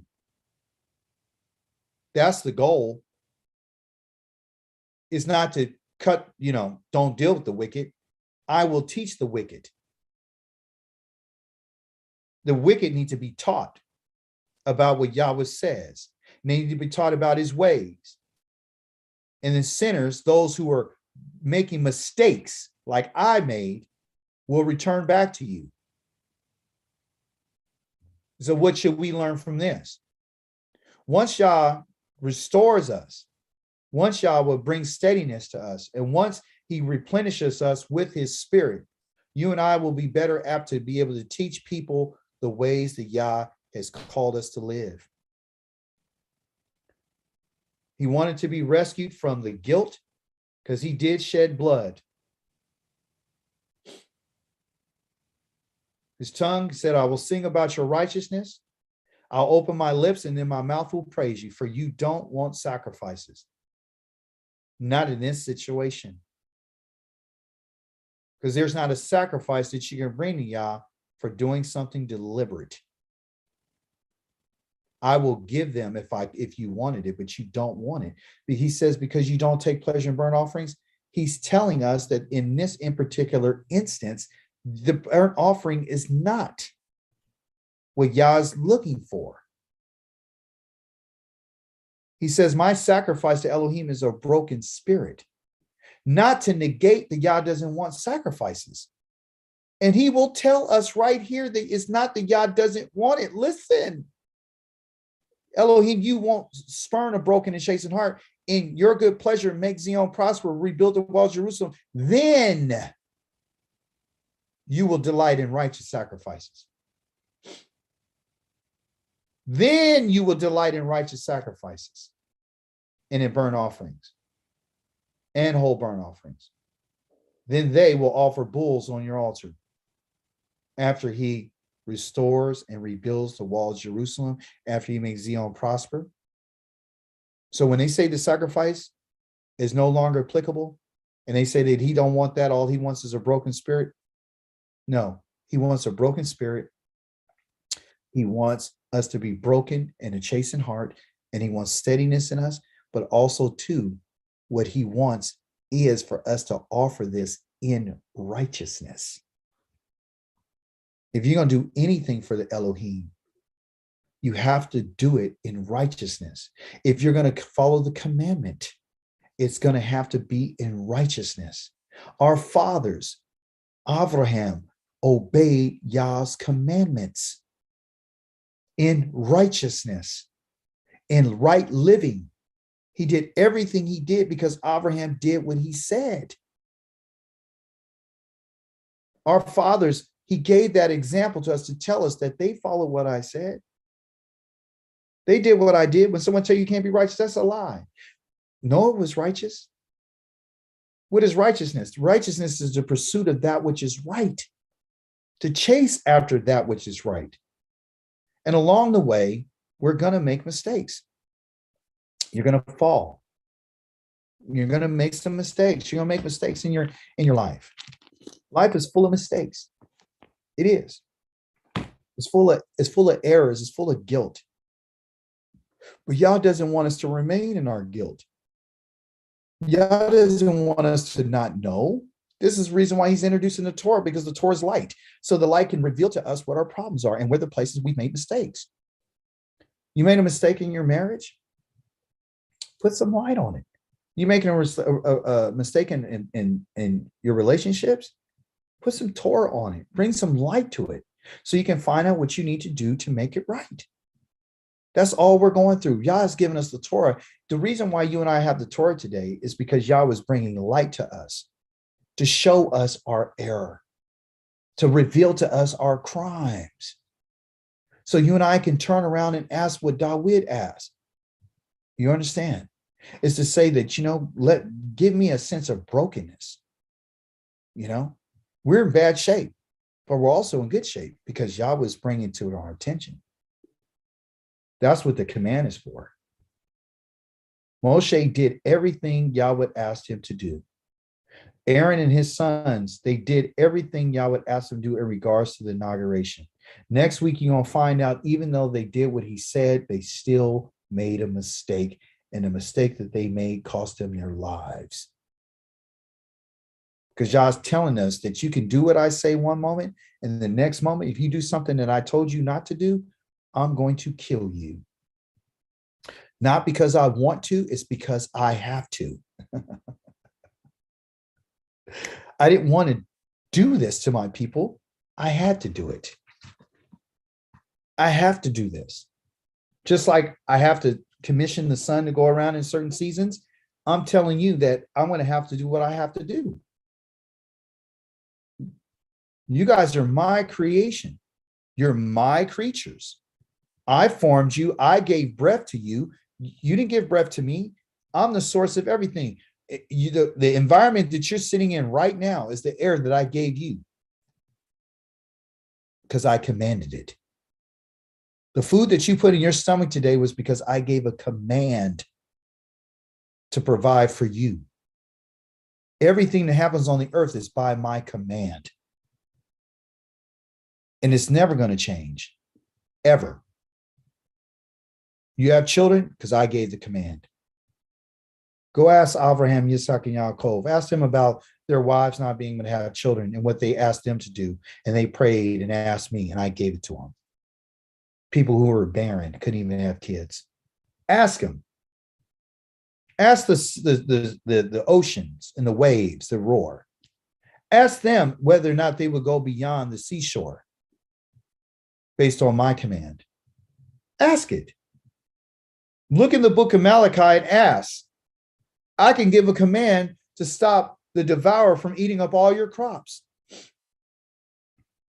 Go to the book of Davarim, chapter number 8, and find out that everything that proceed out of my mouth, okay, is a command. For me to speak to humanity and to give you the benefit of knowing me, it's a beautiful thing. And he's advising you and I and counseling us by like putting that fire on the altar and make sure it don't go out on a daily basis. Let's not lose the momentum. Let's not lose this arrangement and this fire and his desire for this Torah and his desire for this counsel. Yah gives us counsel and you and I are not even listening to it. And I'm talking about the nation. Individually, we're making our efforts. And Yah's proud of that. And he's happy to see. And he's delighting in those who are righteous. Keep your fire going. Keep the wood burning. Take the ashes off of your life and put them out somewhere else and keep that fire going. Keep that at scene. Put that wood on your life. Because everything that they did was before the presence of Yahweh. It keeps using this word, lafanai Yahweh, in the presence of Yahweh. The Ruach Nakoah, what they were doing was bringing an aroma up to Yah in the front of Yahweh. He smelled it. He saw it. Yah's only pleased with us when we do what he says. That's it. That's it, and that's all. There ain't nothing else to talk about. If you and I are not doing what he says, you can forget about him being happy with you. If you have something going on in your life and you're not happy, it's because you're not doing what Yahweh says. Because we're supposed to have joy even in our suffering. Yahweh said you can still have some joy. Dawid, when you read the Psalms, you find out that he was always on a run or fighting or somebody was trying to kill him. And he says, I find comfort in you. I take my refuge in you. Even no matter what's going on right now, with all this war around that's going on in the world right now, you and I can still find joy in Yahweh and in obeying what he says. That's what a command is. It's a zah. It's real simple. It's a zah. It's a zah. It's a zawa'oth. It's a mitzvah. It's a mitzoth. It's all there. And it's a command and it's an order. Not just a charge, just not a like, here's an order, but an arrangement. It's about to bring light, to get things in order, to follow the orders, to guide us and to lead us. And whether you're male or you're female, you are called into a kingdom of Kohanim. You're called to be kadosh. You are still part of Yahweh's family. You're joined to Yahweh through the covenant. Okay. And they have segmented it so far for us that we don't even know why he even gave us a priesthood. I figured it out. That he wasn't given a priesthood so we could just look at them and say, oh, I wish I was them. He says, no, these are going to be your leaders. And what did our leaders do? If you read in Jeremiah, which I didn't get a chance to go to today, the Kohanim and the priests are the ones who caused the fall of the nation. Because they stopped teaching Yahweh's people what Yahweh said. They stopped paying attention. They had the Torah. Those are our instructors, and they didn't do it. They're supposed to teach us the Torah, the Kohanim. If we're part of the priesthood, we're part of the Kohanim. Are you not teaching your children? Or did he not tell us to teach our children the Torah? See, so there's leadership on in our kingdom. That's why they're there. They're not any. Listen, kadosh. They got that closeness, but with that responsibility, they get killed real quick. Okay, but Yah doesn't want us to look at them and saying, well, you know, they're different, they're better. No. The same requirements that require of them in terms of cleanliness is the same requirements for us. If they became unclean, they have to go through purification. If they sinned, which he said that they would have to bring an offering. You sin, you bring an offering. What's the difference? You see? It's still required. If one of those priests have sinned, and the whole nation will be held responsible for what he did. In a sense that Yah says, okay, it's time for everybody to know that this guy sinned. And so therefore it is brought to the attention that the high priest did this. So now everyone's going to suffer. When David the king sinned and he counted the people, right? The whole nation paid for it. Everybody is, we're all connected. Okay. I sin, I'm going to affect you in some kind of way. If I decided that I didn't want to do what Yahweh says, I'm going to affect you. I won't be on here teaching anymore. I won't be studying. If I decide that I want, to dive into going back to wickedness, then I've affected you. See? So now that you're in the community, we all have a responsibility to one another. And you and I have not been taught that. We've been taught to be individualized, right? It's just my life. You do your business, I'll do mine. We don't have nothing to do with each other. That's a lie. We're all connected. We're a community. That's why he says, tell the whole entire community of Israel that I am Kadosh, and therefore you need to be Kadosh. You see? So our commitment is not only to Yah, but our commitment is to one another. As David said, if you do this, I'll teach the wicked and I'll teach the sinner. Okay? Because there's wicked people among our family, right? And there's definitely people who are making mistakes. But our approach to them is like, hey, right now, Yah's just telling us that we made some mistakes. This is the best time to get in right now. This is the best time to get into knowing what Yah said. Because he's not giving us a pass because we're paying for our transgressions by being exiled. But for him to bring the Torah to us, this is the best time. This is the best time. This is the best time for anybody to turn to Yahweh while they can, before it's too late. Because there's coming a time when Yah says, I'm done. That now judgment's set. All I got to do is speak the word of command. That's once he speaks the command. I read somewhere, I forgot exactly where it was, but he says, the moment that I speak the word, the moment I give the word, once he gives the command, it's over. So all Yah has to do right now to end anything for us is to speak a command. And once he speaks it, he says, on that day when I speak it and I call it to come into be, then that's when it's going to happen. Okay. And we're being controlled by Yah. Your life circumstances that are around you are all controlled by the Creator. Okay.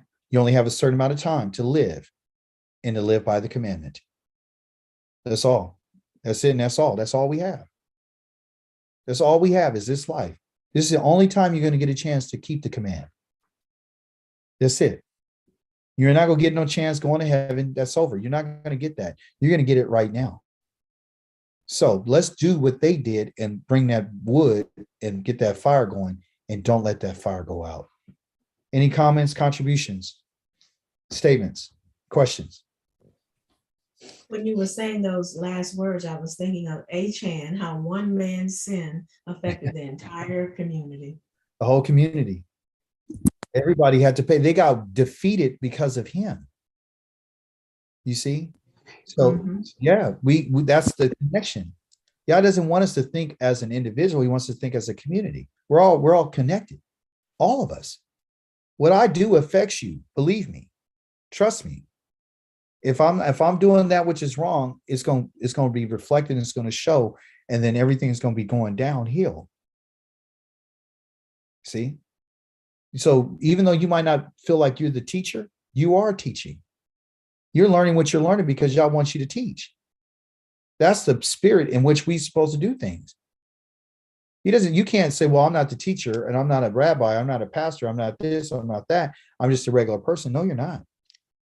No, you're not. You're Kadosh. And to be Kadosh means you're like Yahweh. And to be like Yahweh means that you're concerned for the wicked. To tell the wicked that they need to turn from their ways and get on board and let Yahweh direct them back to the right way. We have a lot of power and we need to start using it.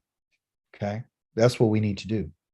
Don't play no more games, because if you don't want to get it right now, as I've been stating in the other teachings, when you get to the wilderness, when Yah takes Israel out of their lands of their captives, which he promises, and you go to those lands and into the wilderness, Yah says, I'm going to show you the difference between those who serve me and those who don't. I'm going to show you the difference between those who live right and those who didn't. I'm going to make a clear distinction between the rebel and the one who did what I said. That's it. That's it. And that's all. So that's what it is. You're absolutely right. One person can affect a whole family. Seriously, everybody's affected. Thank you for that, Akoti. Anyone else? Bevakasha. Oh, Baruch Shah, yes. Yes, Baruch Shah, yes. Baruch Shah. Hallelujah. Well, thank you guys for coming to class today, and I'll see you later on today. Shabbat Shalom. Shabbat shalom.